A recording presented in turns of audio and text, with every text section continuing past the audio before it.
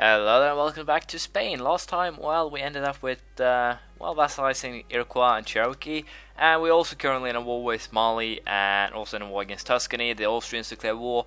We simply decided to, help them out a little bit. Doesn't really matter because, hopefully, they will, by finding this, will actually put themselves in a worse position. Basically, people will not be voting them for emperor, which is pretty damn good for me. So, as things are now, I will be moving these troops to deal with these rebels. And other than that, I believe we'll just continue our war here against Mali, and we'll see how it goes. But other than that, I'm a little bit unsure if I should actually try and go after Swahili here, release Mudapa, and basically use them as more or less a way to basically eat up Swahili. I'm a little bit unsure if I should, but I probably will be. And we'll also be looking to attack, of course, the Indian states in order to grow our vassals up here as well. Persia is definitely a target. I simply have to attack them through an ally. Most likely, it seems the Mamluks will be my preferential target, and I'll most likely end up releasing Syria if I do attack them. So that should be a little bit interesting. But once again, for the time being, not really that much we'll be doing. We'll be finishing up the war with Mali, and we'll probably then also continue or declare war on Korea here. So for the time being, I'll simply have to wait for the fleet. I have sent it to up here. So once it arrives, then we're basically set, I believe, to attack Korea as well. Kind of an interesting side note here: the Austrians did declare war on Tuscany, but in the end, they end up taking nothing, which kind of is weird, as I said. But I think I'm actually ready to make a peace here with wave of immigration, 200 extra colonists. That is quite good. And as I said, I'm pretty certain that I'm ready to make peace here. Let's see, this one is 32 and this one is both of them are pretty damn expensive, so I'll actually just, I think, go for this. And we'll probably have to keep Wolof for a little while, but we should be fine. As I said, probably have some trouble with aggressive expansion here. Algiers, Morocco, Mali. Mali will definitely be joining coalition again, but it seems that at least the Indian states doesn't actually care, or Europe in general. Morocco might of course not like it, and I think the same goes for Algiers, but I think we should be fine even so. So we'll simply send those demands.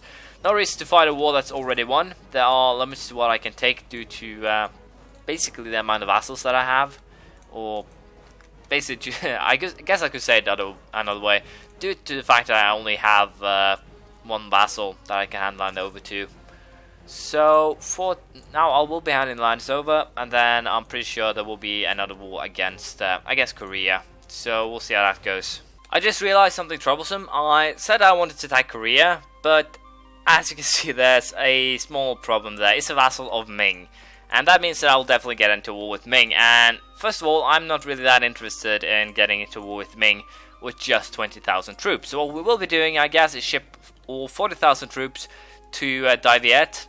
Simply use that as a launching ground, more or less, and then we'll actually be attacking. More or less, we'll be declaring war on. I guess we'll go for the 4-star strength, get a little bit boost of morale. I hate those event stability hits, really suck, but we'll boost it back to +1. As I was saying, we'll be attacking Ming here, but I'll definitely have some problems with. How should I put this? I'll have some problems with my. I'll definitely have some problems with my diplomacy attack for time to come, because I'll definitely be going here, or aiming, I guess is more what I should be trying to say here. I'll be aiming to take one Shou province and one Shan province, simply so that I can grow those two nations. And apparently there are some Khmer patriots here, so what I could potentially do is discover Khmer itself, vassalize that as well. But yeah, I definitely should try and focus on getting some less vassals, more or less. And these two will definitely be annexed as soon as I can. And as of now, the date is 5 years from now, so that should be alright. And I'm kind of worried if I should try and integrate Cologne and everyone.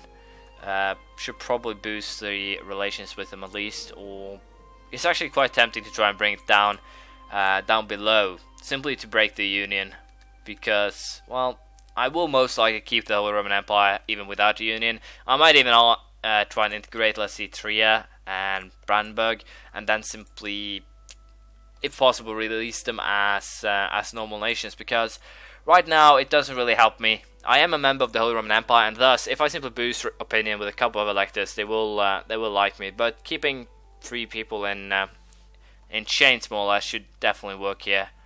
Kind of interesting in why Cologne and Brandenburg aren't actually voting for it, but nothing I can do with it right now. I'll simply have to try and boost it. Once again, I might actually have to fight Austria, I might actually have to fight Bohemia, but due to the fact that courts have been disappearing, as you can see, and also apparently the Bohemians are good at culture converting, I can't actually bring back any nations, it seems. There are one here, I believe, or something like that. Yeah, one, Würzburg, if I were to fight the Bavarians, and I believe there's one here, yeah, Baden or Württemberg in Switzerland.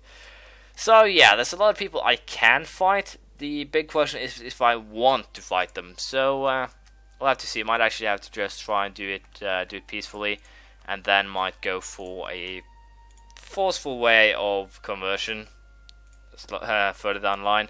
I really have no idea at this point what or how to do it, but we'll have to see what happens.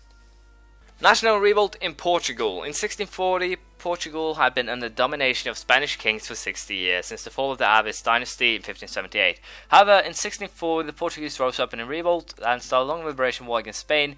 A long 24-year struggle, along with Spanish defeat in the 30 Years' War, peace with France, will lead to a renewed independence for Portugal under the new Braganza dynasty, which would turn Stuart England as an ally and protect the marriage of Catherine. Well, this is one event that does make sense, because apparently it's the event itself tells that it happens because Portugal is under dominance of my king. They're not a vassal, they do have their own dynasty. I'm not of the same dynasty even. I do have some Portuguese provinces, which is kind of probably why. So apparently it seems that I can either put it down, lose the point stability, 4 nationalist regiments rise up in basically every Portuguese province, 8 in some, 2 in some, or I can appease them, which basically is that I give, it seems, the Portuguese provinces local autonomy for 10 years, and it's a 3 point stability, so not really that difficult. It's simply the way that the wording of this event goes. I'm kind of wondering what the hell it means. So apparently I could have avoided it if I simply decided to go ahead and culture convert the Portuguese provinces, but well, what the heck, it's a fair enough event. I don't have that many Portuguese provinces. I'm making quite a bit of money, so we'll appease them, take that 3 point stability, and yes, I will be moving these 40,000 troops more to Daibiet, and then we'll basically be set to start a war here against Ming, which that is goddamn ridiculous. Well, I guess we'll find an ally of theirs. It seems that every time I move troops close to a I said that's a rival. Wow, then it makes sense. But as I said, it seems that every time I move my armies closer to or close to an enemy, they decide to put me in a coalition. But well, it simply means that I'll have to be peaceful in India for a decade or so. Should be fine. Rather than that, we can start causing some problems for the Mamluks and everyone else. Might actually try and well, release some of the nations here. I'm a little bit unsure if no, it's not added, and Burgundy does hold a lot of Holy Roman Empire land. So yeah, I might actually have to try and fight Burgundy again and see if it's possible to take the land without accruing too much aggressive expansion. But I'm kind of worried that it isn't, due to the fact that I can't actually release this as a vassal, and they do not actually have any vassal lands either.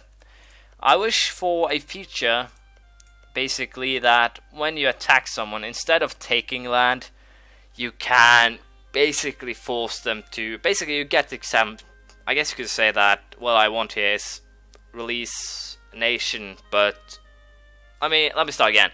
What I wish is basically for a feature, if the disappearing calls are actually to persist, because as things are now, you can't actually cut down a huge nation down to size without actually screwing yourself over due to the overextension mechanics. Seriously. In my war against Mali here, if I were to take just 3 provinces, I would have screwed myself over so badly, if I couldn't hand it over to Ashanti that is, that I would have overextension issues in my entire empire. If I'm to fight Russia and take 10-20 provinces and not being able to release them as a vassal, then I'd basically be screwed. My entire game would be over. So basically, if I do not want to, or if I want to cut someone down to size that doesn't actually have any other cause than what they own have, what I wish for is basically a feature where I can force them to release, let's say, these 4 provinces here. Instead of conquering them, they are giving autonomy. Basically, Burgundy has nothing to say over them. They do not become a vassal of mine. I basically just give them protection. What's it called? Let's see here. Influence action. I will proclaim the guarantee, or you'll be forced to proclaim guarantee for 10 years after their release. But basically what I want is, you can basically say that it's a nation without cause that appears, and it's probably just something that the player will be using due to the fact that if you force a nation without cause to appear, you'll definitely have to protect it from rebels and all that. But at the very least, it will not be a puppet nation, so to speak. It will not be a vassal. It will like you, but it can't be vassalized for, let's say, 20 years or so to just make things fair. And you'll basically just have to protect it and thus cut, well, it shouldn't give aggressive expansion, but probably a little bit, especially towards the nations that this guy's allied with. But you're basically cutting down a big enemy. Of course, the small nations might be worried that you're becoming too big and that you're becoming too alone, but the bigger nations actually might be worried that they're next to being cut down. So some aggressive expansion is definitely to be accrued. But we definitely need a way to be able to cut down these bigger nations that doesn't actually have any, how should I put this, cause or areas that I can actually sell them to. I might actually have to go here for taking the Flanders provinces and then basically using them as more or less a way to solve this. But we'll have to consider that as time comes. I'll be waiting for coalitions to end, and I'm a little bit unsure. I'll have to do a little bit of research on the easier ways to boost my imperial authority. Might just have to be friendly to people. We'll see how it goes. I decided to declare war on Portugal, mostly to well, eliminate, I guess you could say, their colonies. I might actually take them.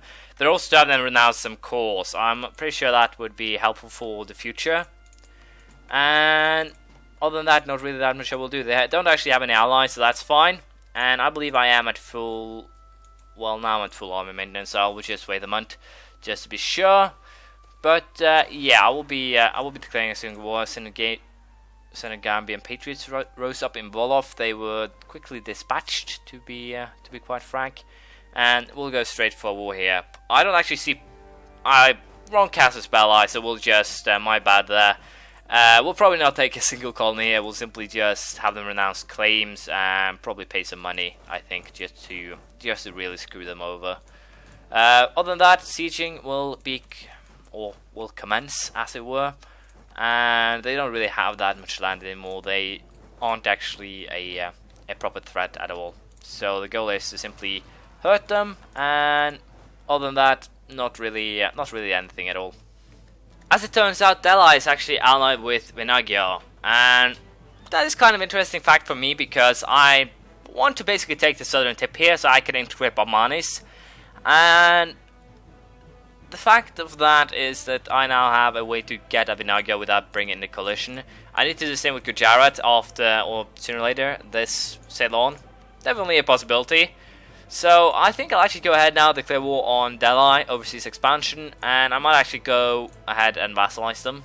Or, no, probably not. I thought for a second there that they were actually, well, how do I actually want to handle this one? Can I declare war on Afghanistan? No, I can't. I can't actually fabricate a claim of either. Malva. I can attack Malva, I think. No, they're in collision. Yeah, a lot of things that needs to be considered. But for now, I'll declare war on Delhi, and hopefully it will bring in Vinagio. We'll simply have to take a quick look here and see. Overthrow, Delhi, Vinagio, Nepal, and Bundelkhand. So, that's fine. Now I'll simply be going for Vinagio here. I'll be honest, that is the only thing that I'm focused on. And I'll now be fighting the wars. It shouldn't actually be a challenge at all. As you can see, it isn't really that big of an enemy. So it should be easily dealt with, hopefully. And I'll also just await the sieges with Portugal and I might as well just, well, I'll have to wait for the diplomat to get back home, but it should be easy to make a peace deal as well. I'll just fight these dwarves and then I'll get back to you. I decided to make a peace with the Portuguese here. I will be taking, as you can see here, their colonies. And that shouldn't actually be too much of a problem, because as you can see here, the effects of this will be rather low, actually. Portugal will get 18, Burgundy 3, Genoa, Mainz, Mantua. It won't really have that many effects back at home, because I'm basically just taking what should be mine. And, well, it should... I think I can survive that overextension. I do have pretty decent, or high right now, so I will be waiting until I get enough diplomacy points to actually end this. So I should definitely start looking into dealing with these things, especially as you can see here. Austria might actually have to be quit here. Japan, I have no idea why I still have the military access with them, and Viet. So I'm going to get rid of those two right away, and then we'll be finishing this up pretty fast. I'm already sending a fleet to fetch the Viet army, more or less, and apparently I have some patriots in Vinagia. But as things are now, it should be fine to just put down the army maintenance. No need to keep it high. We are basically done with the war. Vinagia is completely sieged. All that remains is to get get the required amount of diplomatic points for actually making the peace. And other than that, as I said, nothing else to really worry about. So I'll just fetch these guys, get them home, and then we will be breaking our military access deal that I of course forgot all about. So let's see, cancel the military access, and this kind of pisses me off still. The army is clinging to mine, and it costs me attrition for no good reason at all. And attrition actually can be translated into economic losses, which aren't good at all.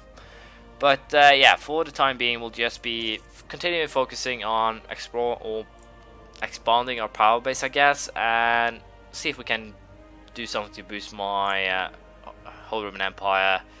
I don't know how to put it. Imperial authority. We'll most likely see if we can get ourselves into war with Milan here. They are allied with Ulm among others, so potentially attacking Ulm is what might actually happen, or someone else. Basically, we'll be trying to attack someone that Milan is allied with. I'm a little bit unsure if the French is actually... They are a potential target, as you can see. So I can always use Cleansing of Heresy as well. But the only thing I can release, it seems, is Provence. And they only have one core. So that won't actually help. But also, you might actually mind, in the worst case scenario, the French will actually... Or Burgundy will attack the French and cause some trouble there. So for the time being, I'll just continue on the same note. This is unfortunately the end of this episode. I must apologize for my chit chat in the middle, but at least get my views on that opinion. Might actually have to post that on the forums to get some feedback, see what happens. But as of now, I'll just think about it for a little while, and then we'll see what happens. Thank you for watching. Please leave a comment, praise, criticism, anything you feel like, and I'll see you around next time. Bye.